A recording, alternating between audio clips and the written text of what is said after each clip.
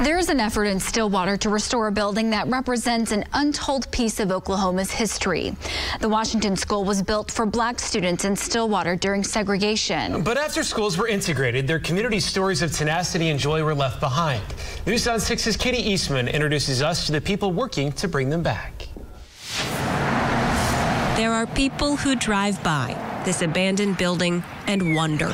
All I'd been hearing was that it was going to be torn down. People who know the black people were only allowed from 9th Street South and from Duck over to Adams. People who chose not to look. I think bad things, we want to wipe it away.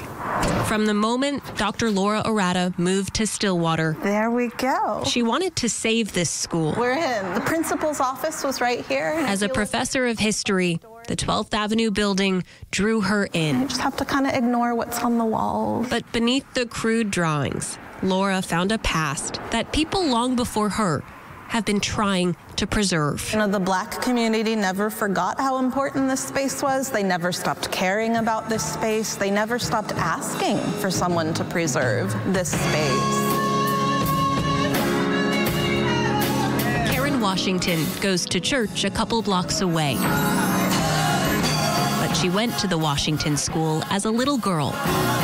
It was the only one she was allowed in. I went to kindergarten in 1st grade. While segregation was their circumstance, We didn't let it take our joy away. the Washington School was their pride. So by not concentrating on what we couldn't do and putting emphasis on what we could do, which was love each other, learn, get educated, and rise above it, it just made for an awesome environment. The school was built with federal money from the New Deal in 1938.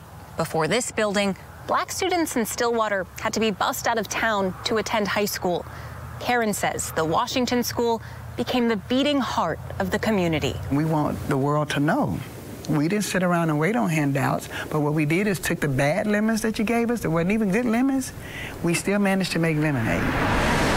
People passing by can't see that story, and everyone told Laura it was too late to tell it. She was just so excited. I was like, The Washington School was in the hands of an investor with plans to demolish it. I said, I'm with you, but you gotta understand, I ain't gonna have all the flowers and the toots and the horns and all that. But then I thought, okay, but if she can, why not just see it through? It costs you nothing but time. It's a pretty cool view, right? Time for others to listen to. Oh, that's a good one. Hold on, I'm gonna get a couple. This is a really exciting day. We get to all be here to learn a little bit more, talk some more about Washington School. From Laura's students at Oklahoma State I thought, you got a class that's interested in this kind of history? to the architects who designed the football stadium. The integrity of the building is really amazing. And then the story reached the ears of someone with an extra $250,000. An anonymous donor gave that money to the city to buy the building back. That's when Karen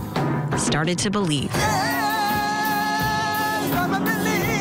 And it's like, finally, somebody says we matter.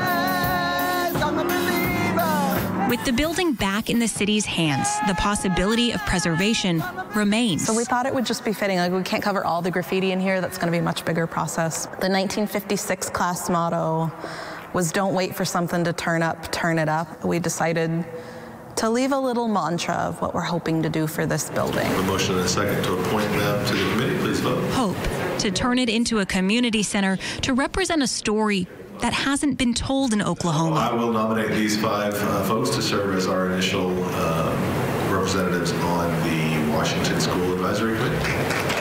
There's still money to be raised and historic status to apply for. It's not seeing color, they're seeing progress. They want to see history. For the first time in nearly 70 years, people in Stillwater share the same vision for the Washington School. Till next time. In Stillwater, Katie Eastman, Oklahoma's own News on 6.